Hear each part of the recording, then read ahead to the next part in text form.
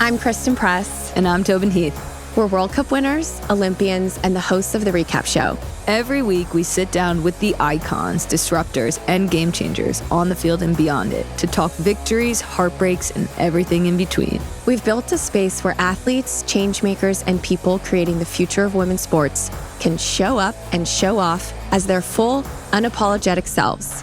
Follow and listen to The Recap Show wherever you get your podcasts.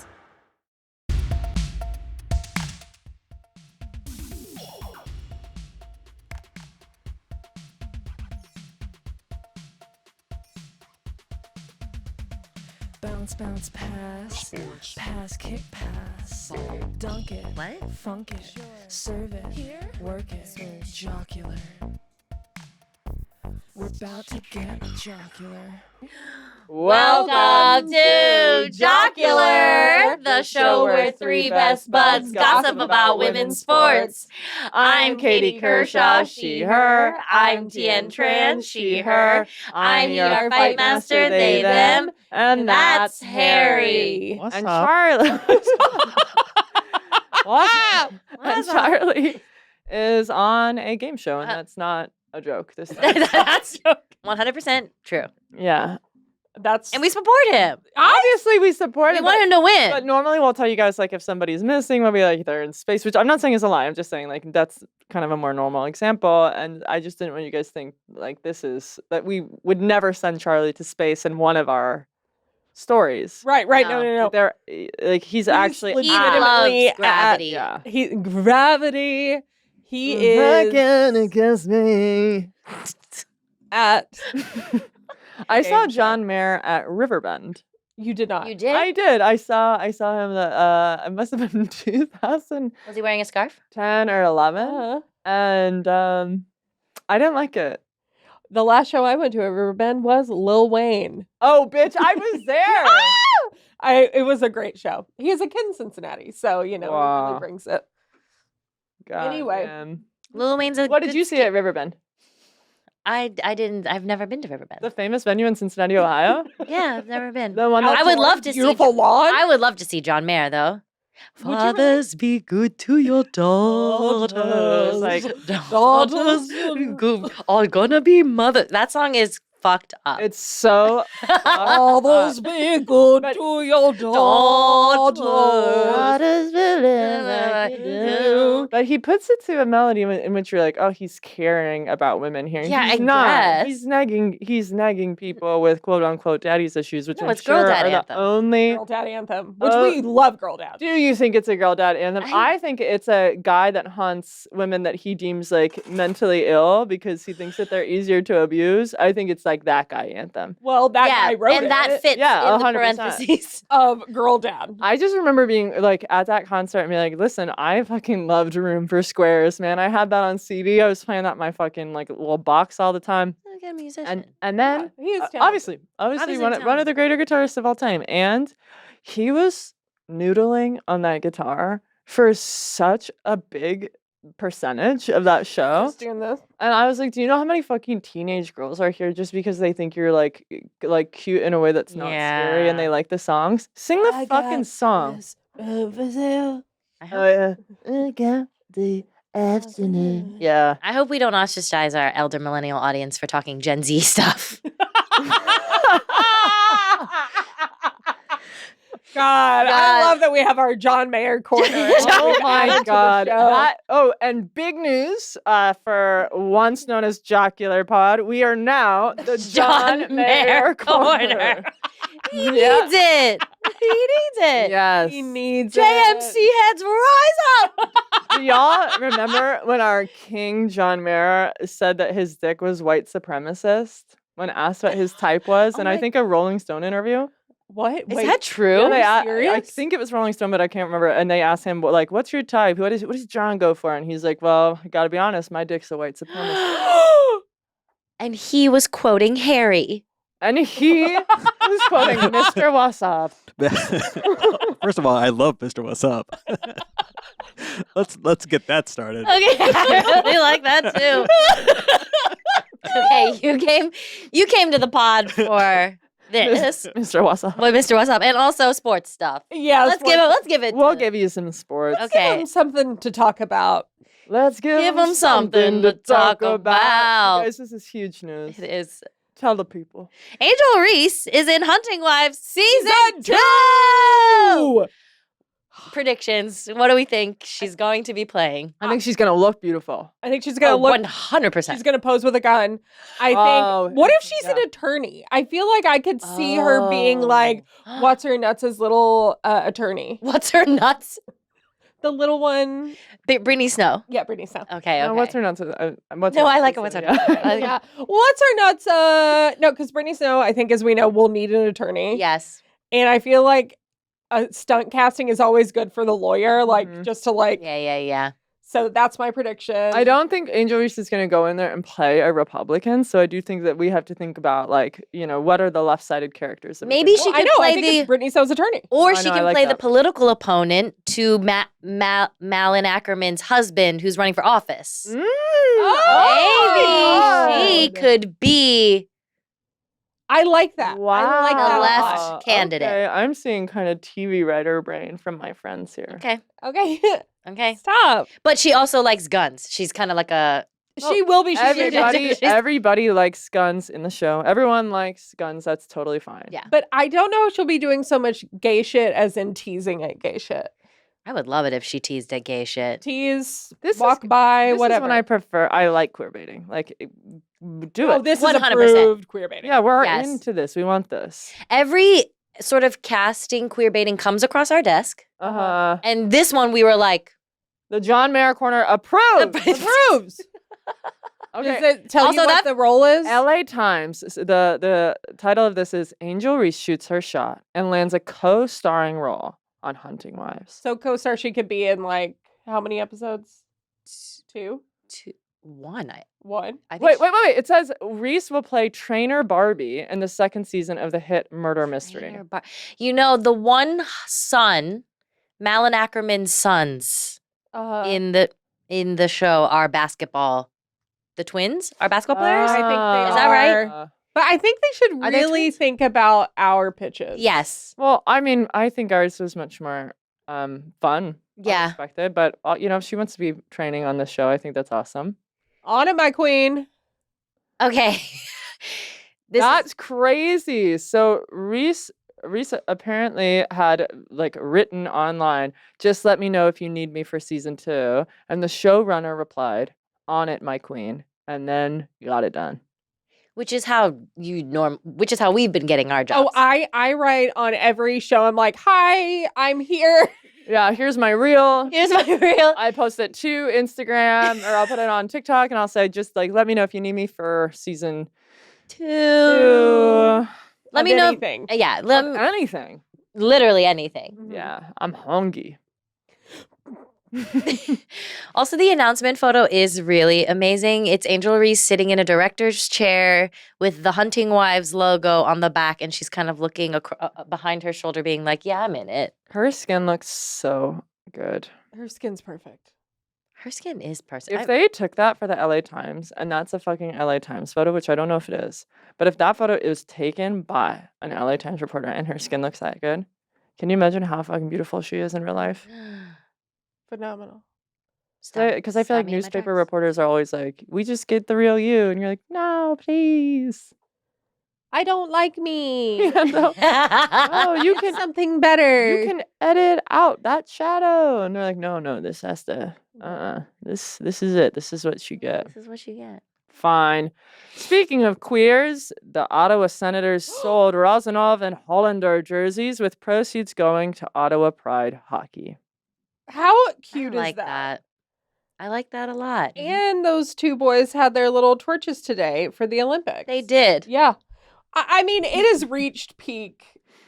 I don't even know. I mean, should they even do a second season, or should we just No, carry these two around forever? no, they should not do a second season. You know how fucking hard. I don't think they have time to shoot a second No, season. they don't right have now. time between walking the runways and The critics are running going to the be torches? so mean. The critics are going to be so mean on the second. They always will. But they don't want the second season of a queer show to do that did this well. They're going to be so hungry to be like, it sucks, it's lost, it's the I shine. know. Yeah.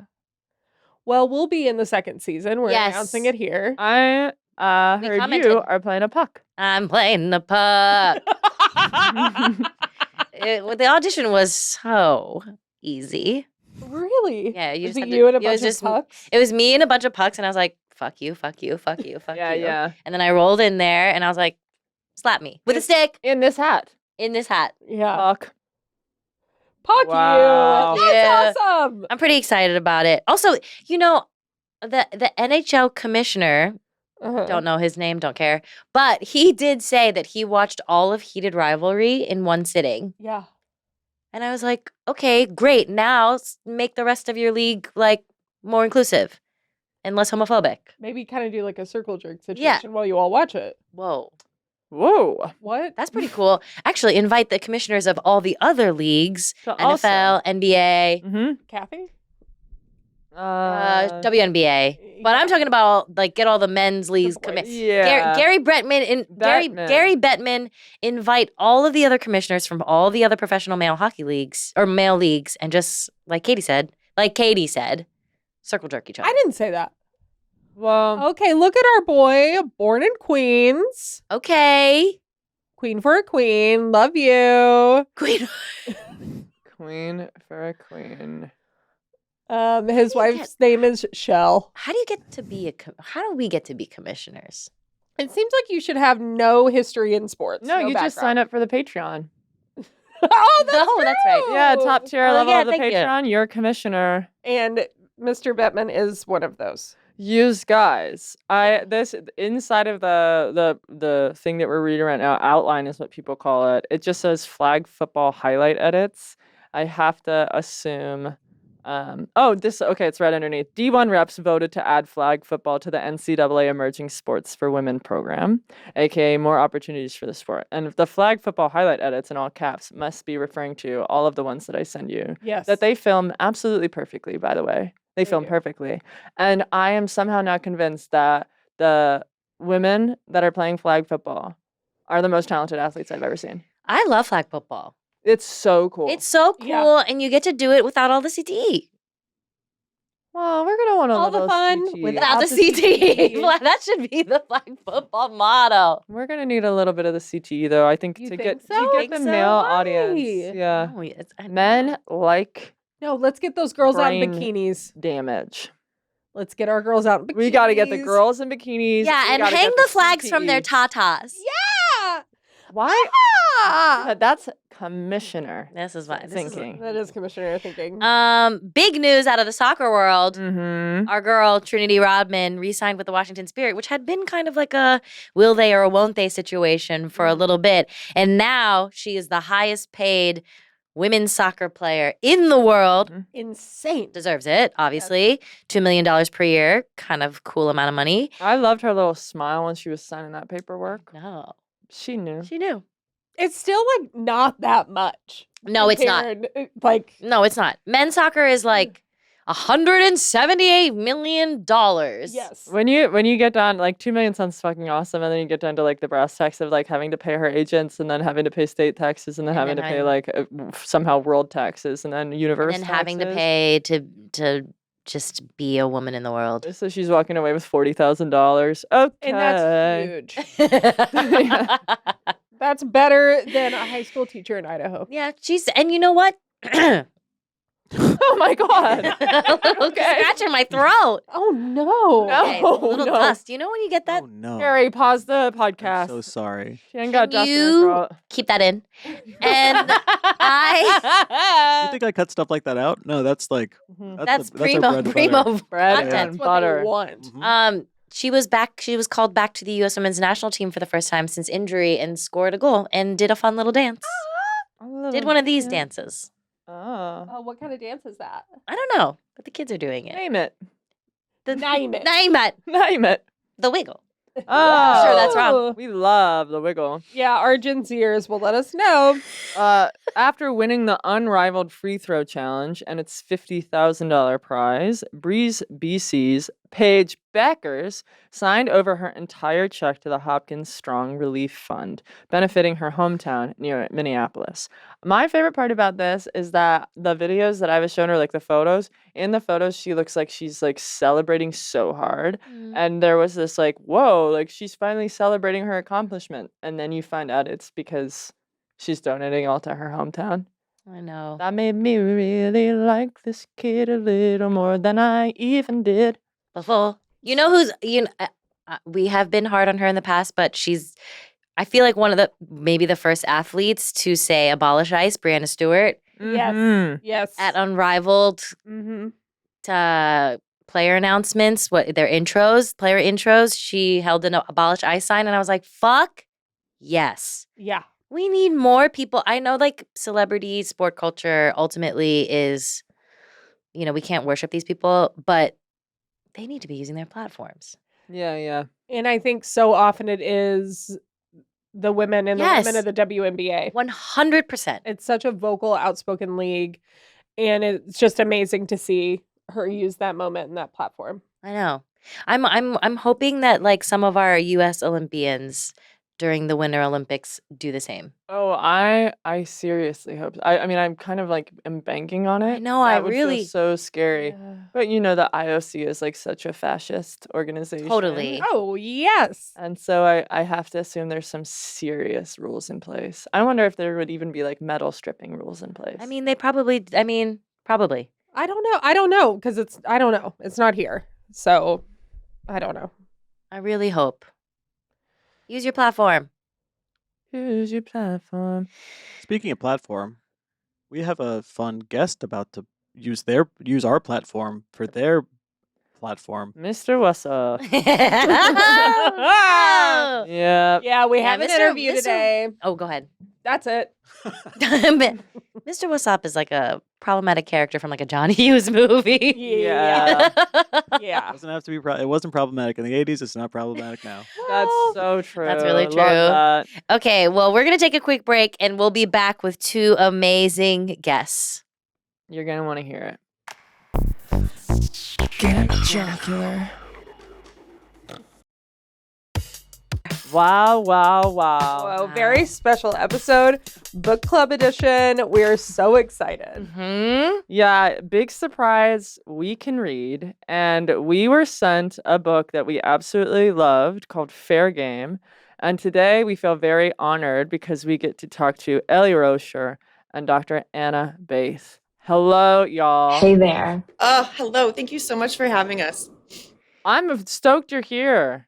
Would you all mind just in case I fucked up your names, would you mind stating your names and pronouns for the audience?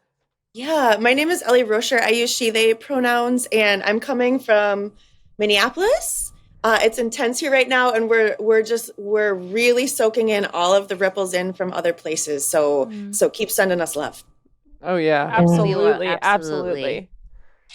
And I'm Dr. Anna Baeth. I use she, her pronouns. I am not in Minneapolis currently, but I am excited to be going back this week.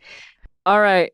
You guys, we really, really loved the book. I was like, I'm always so excited when there's like a place where statistics and stories are compiled, which I just think y'all did so well because, depending on the audience, I feel like that's always important. My mom's a psych professor. She's going to want statistics. My dad's a people person. He's going to want the stories. You really did them both. For those who have not yet had the privilege of reading Fair Game follows 20 trans athletes who in 2023, when you started working on this, were all competing at various levels. Now, in 2026, only 5 of them are still legally able to compete. Every athlete in your study under the age of 32 has been banned from participating in organized sports. Our first question for you is, how was it talking to and forming relationships with all of these interview subjects? Life-changing. So I was smart enough to backwards design my life where it is my job to sit at the feet of interesting people and say, tell me the longest version you're willing. And so when we put the call out to trans athletes, we didn't know how many would come. We got flooded with people who are ready to tell their story. They're so sick of the fact that our country is talking about trans athletes without talking to them. And so I just got to sit and listen really hard and say, tell me the long version, tell me the long version. And their stories are so beautiful. They're so varied. I learned so much. I got to bring that kind of curious energy of like, tell me how it feels in your body too. You know, I got to meet them as athletes, but as a cis person, I learned so much. And I think one of the gifts that I like talking about is I formed a more active cis identity in working on this project. Their stories invited me to turn toward my own body and my own story, do so much identity formation, kind of come out as cis. And there was a lot of joy and freedom that happened in that process. So it has been a passion project of mine. And honestly, folks in my life were like, what's up with you? Like, you're different. And it was like their stories are so powerful that they were inviting me into a more awake, embodied life myself. And I'm just forever grateful. Yeah. It's cool to hear you say the terms. I've never heard anyone say coming out as cis, but I already like how that, when we think about cis as like a normative identity, it immediately marginalizes the trans identity. That's a cool reframe. Totally. I do think this is it was a next step for me. It's like I work on emptying myself of toxic whiteness. Right? Like I'm constantly thinking about my sexuality and how that is dynamic. Our bodies are so fascinating. Our sex is so fascinating. And like, I really got a lot of expansion for myself personally, but then in my advocacy work by thinking about my cisness. That was a part of my identity that was pretty dormant. And so we think about like straight people not having to come out and like what's lost in that. And I think that I got to experience that with the cis part of my identity in working on this project. And again, it was just so beautiful. And I hope this book invites other folks to join me in that. What inspired you to take on this project, and how did you two come together to work on it? So this project really began because several years ago, I was finishing my PhD. I was studying gender in sport. I was studying women in sport. And I was looking for a job, as one does, and was hired by an LGBTQ rights organization. And I was hired to do research.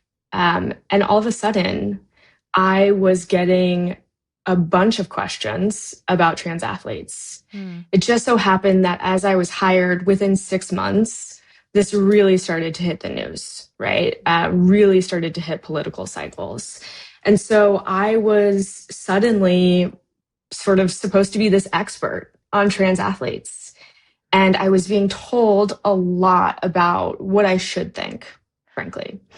And I wasn't buying it. And so I thought to myself, I need to do my own research. I need to figure out what I know, what I think is true here, and where I land personally on this issue based on what we know from research, not from what people are telling me on the news. And so I spent about 5 years doing a lot of that work.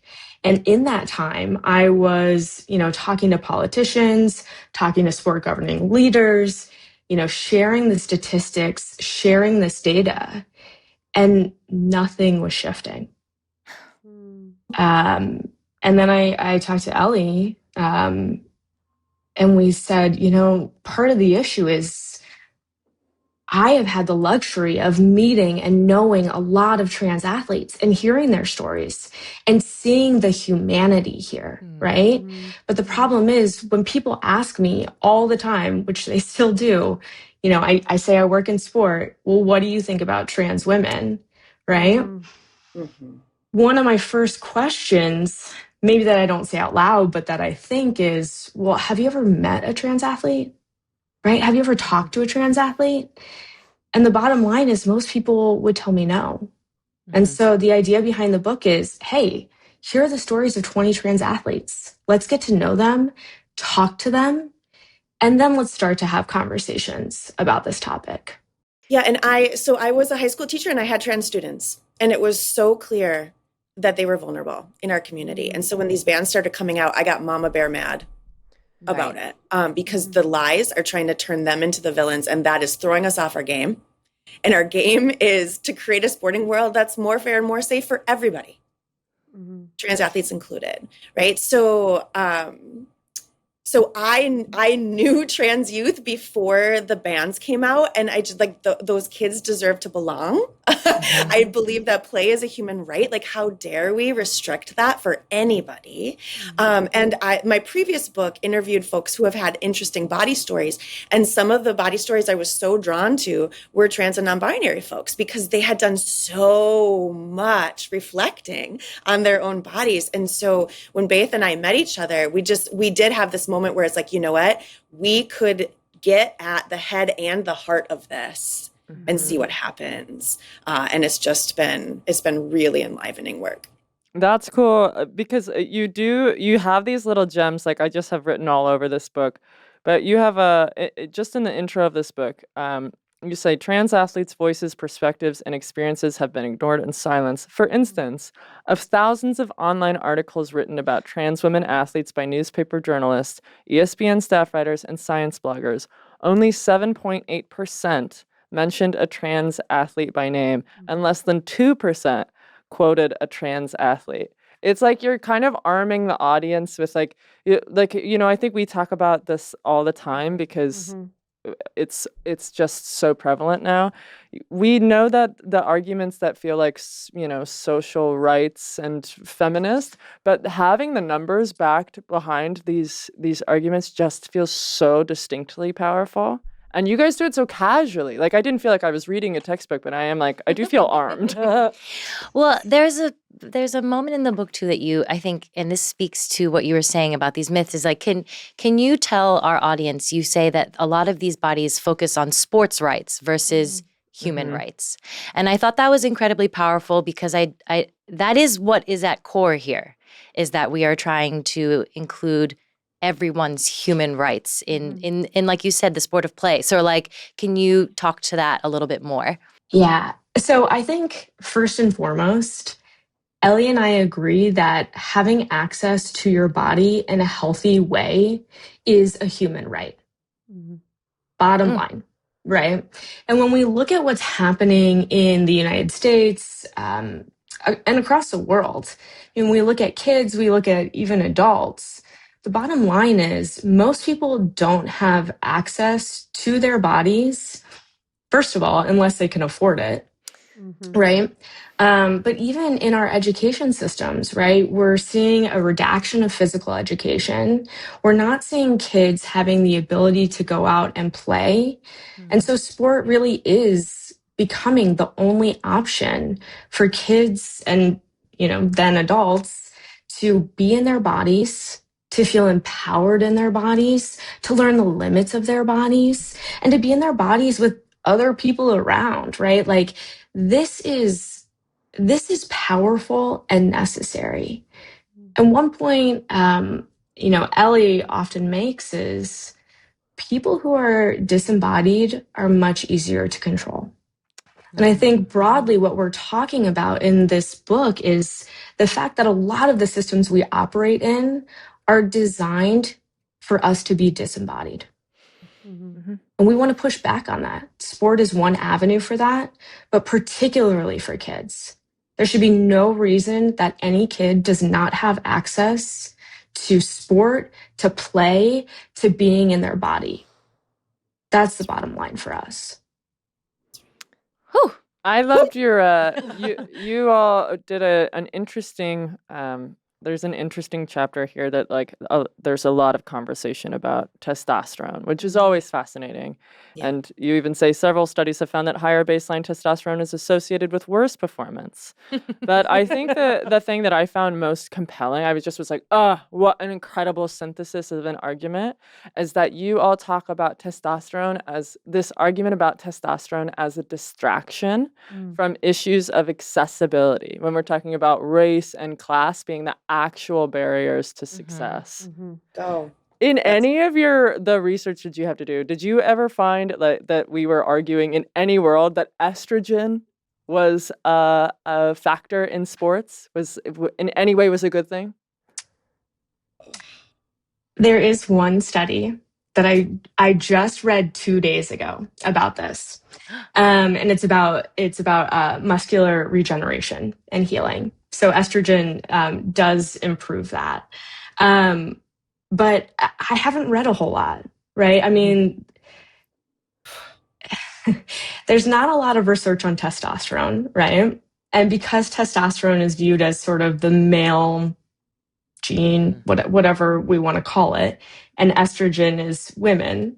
Well, we also know women broadly aren't studied. So the number of studies on estrogen is even smaller. And I think that's also to say, oh my gosh, can we please get some better research on hormones? Please, for all of us. Truly. Yeah. All of us need it.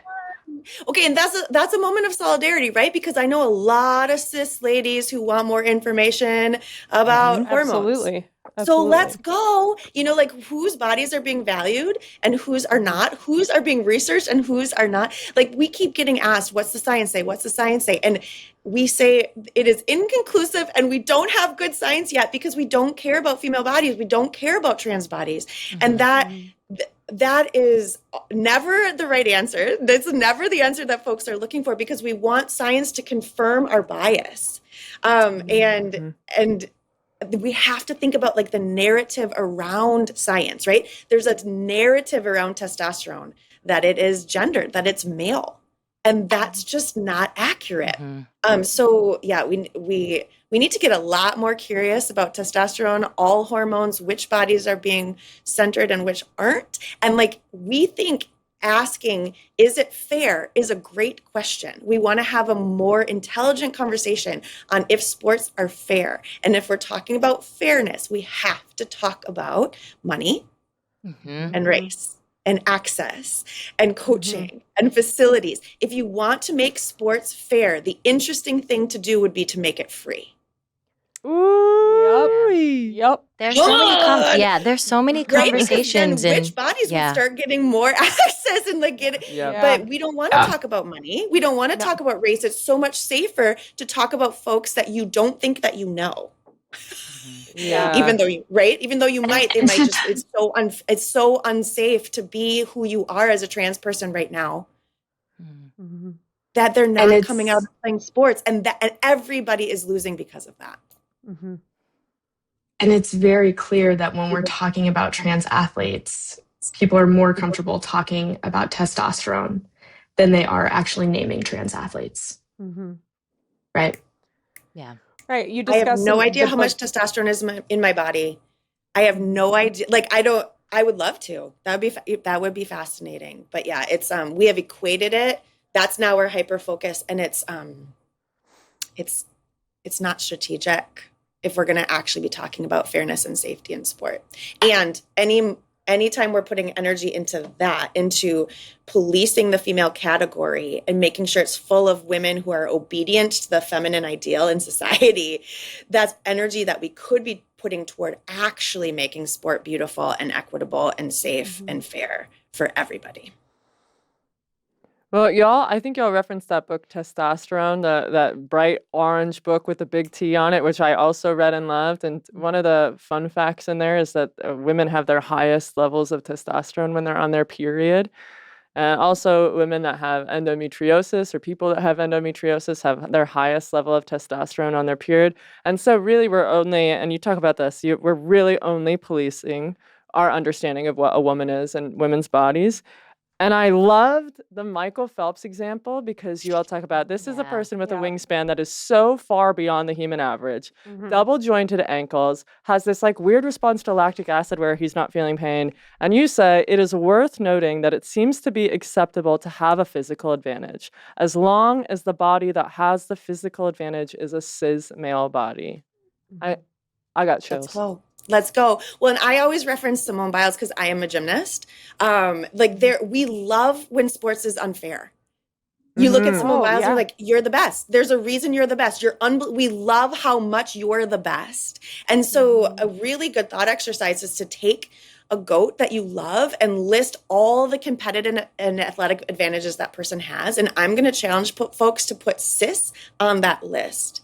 After you meet these 20 trans athletes in the book, you see how that vigilance of having to navigate a cis and binary sports world and try to stay safe is affecting their athletic performance, right? And so this is a decidedly cis system that we're working within. And it could be argued that Michael Phelps and Simone Biles being cis is one of their many competitive advantages. And so we're cherry picking what aspects of unfair we want to focus on.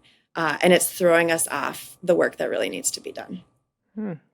So you call it a solution when we look at the anti-trans legislation.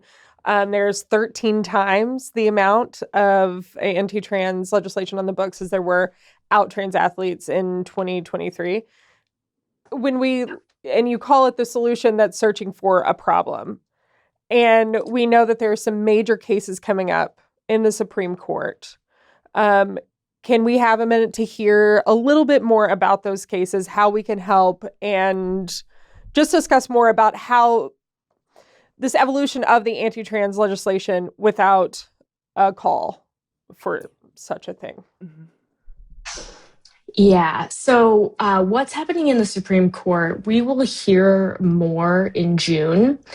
And so, at this moment, there's not a lot to be done at the federal level, but there is still a lot to be done at the state level, in local communities, and in local sports leagues.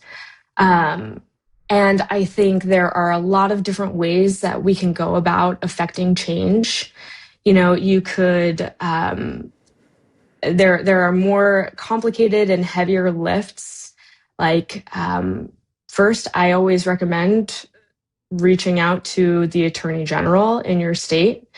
Because what we know, and something we talk about in the book, is states that have really strong sport policies that protect trans kids also have really strong policies that protect cis girls and cis boys, right? So in those states, Connecticut is a great example. They have really strong policies, and girls report being happier, healthier in sport. They report having higher levels of confidence and a higher likelihood of staying in sport, right? So there's, of course, like state level policy that we can talk about. But I think also we've got to talk about what's happening in our communities. And I think something that I've noticed a lot, and maybe the most basic starting point, is that we have to have conversations about it, right? I talk to so many people who say, it just doesn't feel right what's happening, but I don't know that I know how to talk about it, and I don't know that I have the language. And part of why we wrote this book is to say, hey, start with the book, right? You can have a conversation about this book. But also, I think it's really important to say you don't always have to have the right language. Now, of course, it helps, but I think we just have to start having the damn conversation, right? If we keep living in fear, nothing will get done. Yeah, and I argue there's really fun things that you can do, like support women's sports. Yep. Listen to this podcast. Yes. Actually, listen to this podcast, right? Like, go to women's sporting events, go to the women's sports bars, like support that swell, and know that you're supporting a future that includes all girls, right? Yeah. Cis and trans, and that's what we're working toward. I think there's work to do at the body level of like, if something clings, that whatever's inviting folks to be like, is it fair? Turn toward that clinging and excavate it for yourself. Like, there's work to do on our own bodies and in our own personal relationships. I invite people, as they're reading Fair Game, to look for the cis players. If you're cis, there's a bunch of minor characters in the book who are cis. that are supporting these trans athletes in really beautiful ways. And at the state level, it's so important. We interviewed several youth, and the state they're living in matters so much to what their experience is like. And so at the state level, we can be working really, really hard. So in our own bodies, in our own interpersonal relationships, in the institutions that we're supporting, and then at the state level, there's plenty to do to create a culture that is safer for trans folks to be who they are and to lead us into that future that's more exuberant, joyful, colorful, interesting, and inclusive. So beautifully said. Go ahead. Oh, one last, I can't not talk about him. Chris Mosier wrote the foreword to our book. If you don't follow Chris Mosier, follow Chris Mosier. Chris consistently posts actions that people can be taking, what you need to know, what's happening on the ground. He is, I think, the best resource right now out there. Agreed. So follow Chris Mosier, look at his website. He will tell you what needs to be happening. Yeah, he has a great line in the forward about not coming out, but inviting in. And when you are that trans athlete, when you do have that platform, see it as inviting everyone into your life that's no longer private. I thought it was very beautiful. Yeah. Do you have, you have Megan Rapinoe on the back of this. Do you have plans of sharing this with pro athletes? Because I feel like the women's sports, they do get, female athletes are getting this question all the time in press conferences. And it would be amazing if they were armed with this knowledge and to be able to answer eloquently, because I feel like they are going to be the ambassadors of a more inclusive future in the sports world. So is that in the works of getting this book out there to those athletes? Do you have partnerships coming up? And yeah, there are. We're sending the book to athletes, and athletes are coming to us with curiosity. Nice. It's so beautiful when folks can admit, hey, I think I might have some catching up to do here. That's cool. And that's okay, right? We do have some catching up to do. Baeth and I do too, as cis athletes. And so, yeah, we're really excited for the book to officially come out. So a book will take on a life of its own, and you kind of just you can follow the energy, and it will always surprise you, where it takes hold and who comes out of the woodwork to say, I'm ready to speak up. And it's so interesting that the pushback is very, very rarely coming from the other athletes. Right? They want to play, they want to compete, they want to train. That is it fair isn't coming from them. So yeah, we are hoping that this book can act as a tool to help more folks feel equipped. And I think Baeth made the point really importantly, it's okay to be clunky. We have to be done being silent.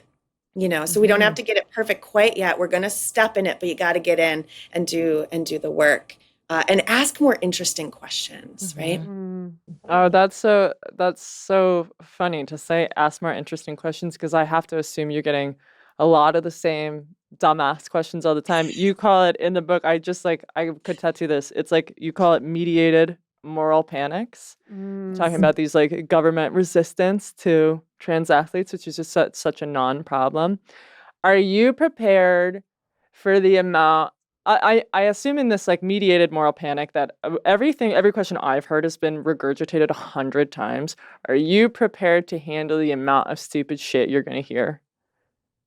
Yes, I'm so clear that that's part of my work with my cis privilege, is to absorb the repetition and the stupidity. I got to teach sex to teenagers, sex, sexuality, gender, dating. And one of the things that I think of as nonviolent work is taking people's awkward questions and taking them into my body, metabolizing them, kicking them back as love. So I'm trying to kind of come at this topic with that sex educator posturing of bring your dumb questions.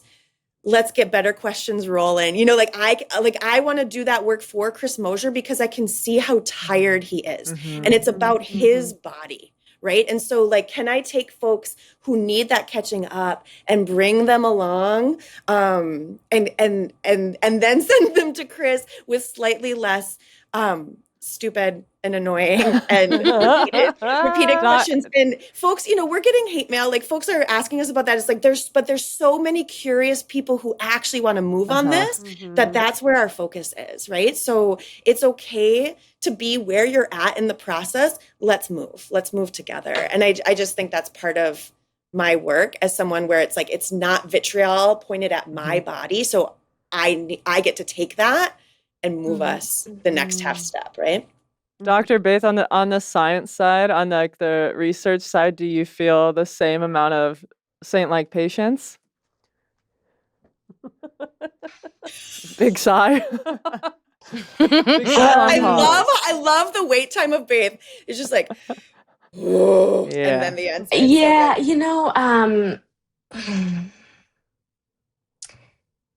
I consider myself lucky because I've been doing this work for 6 years at this point. So the vitriol, there's something behind it, right? And that tells me that we're getting at something real.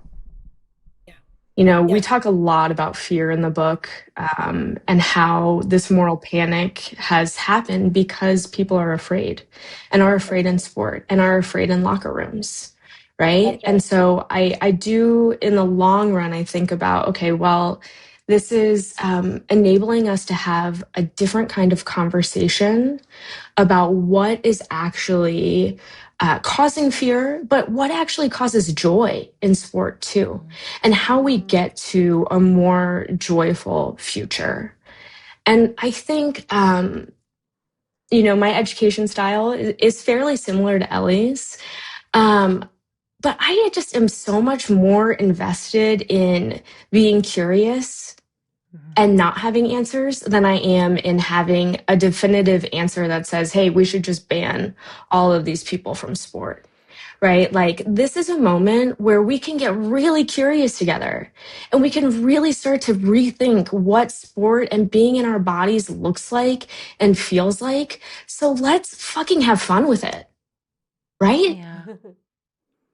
Awesome. Come on. Yeah, it's so true because I feel like a lot of the fear, like you said, like people who are disembodied are easier to control. And I think it's that fear that sees like queer and trans folk living out their lives that makes people be like, hey, you're not allowed to do that. Like, how are you doing that? How are you having that joy? How do you get to live like that? I haven't gotten that chance. I've been told to live XYZ way. So like, it is about being curious. I feel like that is such a good message across any topic.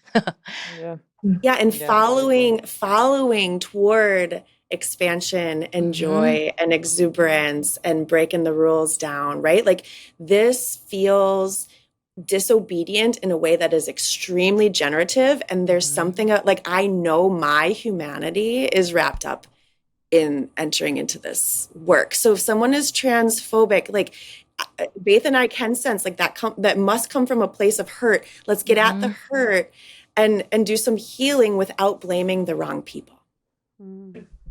We are running out of time with you, which makes me sad. But the book is not out yet, right? You're having your drop party soon. So it comes out the 27th, Tuesday the 27th. Officially, we're having our party Friday the 30th. Yay! Yeah. So we'll be at a bar of their own. If anyone wants to pop into Minneapolis, come on down. Now's the time. Everyone's saying now's the time to visit Minneapolis. Where? Oh, can you say what time and where so that if we do have any listeners that are nearby, they can come support? Yeah, so it's Friday, January 30th. We're doing tailgating at a bar of their own from 4 to 6. And then the official launch event is at Open Book at 7 p.m. And it's just going to be a night of infused joy, right? Just trans joy, queer joy to mark time and keep the advocacy work going. Okay, can folks pre-order the book? Yes. You're going to be able to find it wherever you buy your books. Support your local bookstores. Yeah. Really exciting. Is there anything you want to leave us with? I just want to make sure that you got all the good stuff out. I I just like going back to the basics, letting it be simple, right? More joy, more movement, more play. Like this is a moment to break it open, where instead of shutting it down, we're going to build a new sports world that is safer for everybody. Awesome. And support more women's sports and trans athletes, right? Let's go. I don't know about y'all. I am super pumped for the WNBA season. I'm super pumped that we've got the Winter Olympics coming up. Like, let's go. Let's have fun with it. Yeah, absolutely. Yeah, that was incredible. You guys, thank you so much. Thank you. You've been amazing. Yes, thank you for sharing this with us. And please, all our listeners, read Fair Game. Go out and get your copy now or else.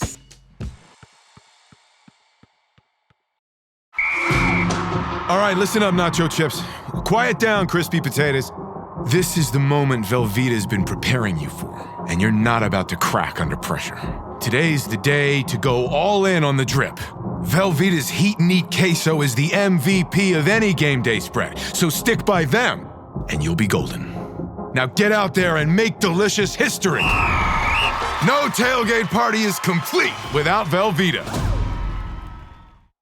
And we're back. Voicemails. Time for a voicemail. Let's hear it. Whoops. Yep, here we go.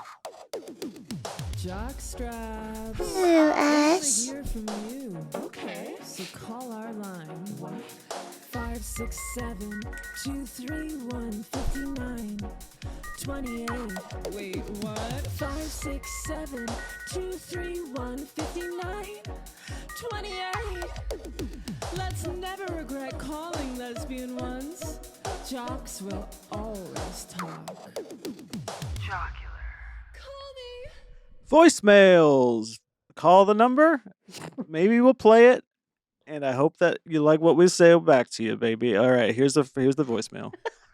Hey, Jocks. It's West Virginia Tori. You know me. I've called. This question's coming to me like literally as I'm making this call. What kind of sport would you be? Have we talked about this? I feel I've listened to all of the episodes but a while ago. You know, what are you, a contact sport? Are you a solo sport? Like, what are the rules in your sport? Like, you don't have to be like soccer, rugby. Like, you can make something up or like an amalgamation of. I'm out of breath. I ran up the stairs. I'm so sorry. Like, you can be your own new thing, but like you as a person, what is your sport? I'm very interested in this. Anywho, that was off the dome. Very little prep. Can't wait to hear it. Love you, mean it. Bye. Okay, I have mine. Okay, go. Okay. I think because I just watched that Alex Honnold thing on Netflix. God. Freaky shit. Freaky, terrifying shit. But like these climbers with their long, sinewy bodies and their strong fingers slipping beautifully into cracks. I think I'd want to do that. That'd be an element of my sport. But because it's also me, I'd want it to be contact. And so it's multiple people climbing up the wall, slipping their big, strong saucer hands into these tight little creases. But they're able to, if they like meet up with one another, beat each other off the wall or beat each other off. Okay. Okay. Yeah. You're allowed to throw somebody down. You can punch somebody in the face and keep going. You can kick, you can shove. No hard feelings, obviously. I love this. And at the top, you have to kiss. Why did he have to go all the way to the top? It really just seemed like that. No, I'm sorry. That moment where he sticks his hands back into the chalk pouch and it's hanging by the legs. His legs are attached. You guys, that was erotic. Stop pretending. That was erotic. He fucked that building. He fucked that building. He did fuck that hard. He fucked that building hard. That was fucking horny. I watched it after the fact, knew he survived. My heart was racing the entire time. Yeah. I saw clips of it, tried to watch it after the fact, but it felt a little Hunger Games, the production of it. The production was weird. It was weird, but life or death. They were like, this is a pass or fail situation. Like, don't call it a pass fail. So dark. Failure is death. I mean, I love Free Solo. I love all those climbing documentaries, and watching him do it is fucking freaky as hell. Do you think he knew that there were going to be people in the building? Yes, right? Yes. I found that the most disturbing. I Yes. out of didn't the like window. that. And No, I- because get out of there. Get the fuck out of there. And also, like, on the off chance that you were the one that used like flash on your camera and distracted him. Oh in my some way, Oh my God. I couldn't. That was the That part was- that actually made me most Yes. nervous. Like Yeah. the maybe the only person that should be allowed in there was his wife, and she was on like the 60th 100%. floor or what. I'd be so fucking mad if I was her and my partner was like, I have to do this. And then afterwards he was like, it was basically like it was such a bad fucking deal. He's like, I did not make a lot of money for that. He straight up came out and said it. And so it's like, well, you would just like, you got such a fucking kink. But God damn it, if he's not one of the only men on earth that I love. I mean, if you marry somebody like that, you know you'll never be number one. No, Well, Type A 101 will I'm- always be he number doesn't one. have a frontal lobe. he doesn't. doesn't. No, He his doesn't. fontanelle has not closed. He's got no relationship with his amygdala. No. I bet he fucking lays it down. His eyes have a darkness to it. No, it's I that agree. there's just that Hair it's has one never large been pupil. combed. You guys, he's not a human being. It would be like fucking like Romulus or something, like from the Alien movies. I don't even know if like the alien's named Romulus. I just like saw the fucking poster for him. It's like, I guess I'd fuck that alien. Like The there's predator alien? yes, I would totally fuck the predator Okay. alien. Ah, And no, no, there- no, they there's have a vibe. something kind of like a little bit more tame, but like similar. Okay, so my sport would be on the ground. Okay. Absolutely no hills So involved. not Quidditch. Huh? So, So not not Quidditch. Quidditch. No Quidditch. I can see you playing Quidditch, Harry. Thanks. Harry Week. Running around with a broom between your legs. He loves those books. I'd be on the ground. I think it would be like teams of 4. I love this. And like you would each kind of, I like how like in curling you have a team, but everyone has their very particular, I mean, I guess that's any team sport, but like there's no one else really interacting with you. You're just like Doing your own pushing thing. it down, and other people have their little brooms. I like how everyone, so it'd be something like that, but it wouldn't be cold. Okay, I think Curling on the grass. curling on the grass. Curling on the grass. In the sunshine. Woo! I think mine would be like a combination of like a team sport, but we're all hiking, but there is a ball involved. Oh. And when you get to the top and score a goal, we all hug it out. Yay! I So like mine was And then we have to and then we have to decide where we eat afterwards, like, and it doesn't, and no one gets upset. So no one gets upset. yeah, we all kind of like This work is not together. We feeling all like a work together competitive as a sport. team, Uh-huh. and we decide where to eat and what our order's gonna be. You are talking about an activity. You're not talking about a sport. It feels like a sport. It feels like a sometimes, sport when sometimes. you're Oh my! cooking. Stop flipping me off. No, I'm sorry. I Stop wasn't trying to. flipping Tell me me off. it's not a sport when you get to a restaurant that you thought you were going to be able to get into and you aren't able to, and then you have to pivot. I hate it. Oh my God, like when you end up at TGI Fridays and then everyone's like, maybe we could go to Ruby Tuesdays and you're like, Yes! or we could do Skyline, and then you're kind of just like hoping that Skyline isn't packed because everyone's like, oh, okay, Skyline, yeah. Yeah. And then you get there and Skyline's packed. Yeah. And But then you then have to decide, like, do you wait or do And you have to all go are somewhere still else? in your makeup from the school play. Yes, Oh no, I thought we were doing like post sport. Oh, well, I'm just saying. That's like, a sport. Yeah, that's a sport. You're still wearing makeup from the school play. yeah, and you're I love that. You have to come straight from play practice, do the sport, and then decide where to eat. So it's like, Oh oh, my you're doing play God. practice and sport. Yeah, so the Oh my makeup is God. fucking thick. It's like irritating your skin. You're getting Yes. hives because you're getting stressed out. You're so hungry that like someone says something like, "What do you think you're gonna order?" And you're like, "I don't know. I don't know. I don't know because we haven't even gotten to sit yet, Angela." And they keep saying that the wait is 20 minutes, but it's been 45. and one person has those Neutrogena wipes, and Oh, you don't know who and it there's is. only 4 left, and she gives them to the people that so she says are her Taryn doesn't favorite. even get one. Fuck you. Of course, Taryn doesn't. Well, and Taryn needs it the most. Jesus Christ. She's got all that fucking makeup running down her eyes from when she cried afterwards because she didn't think she did a good enough job on her solo. And because she forgot to bring sports box.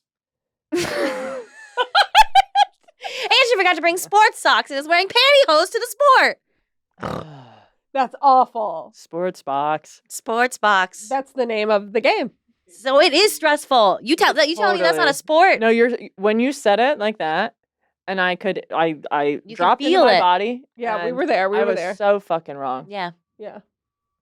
I was so wrong. Thank If you. you have a voicemail, give us a call at 567-231-5928. Harry, what sport are you? Women's rugby.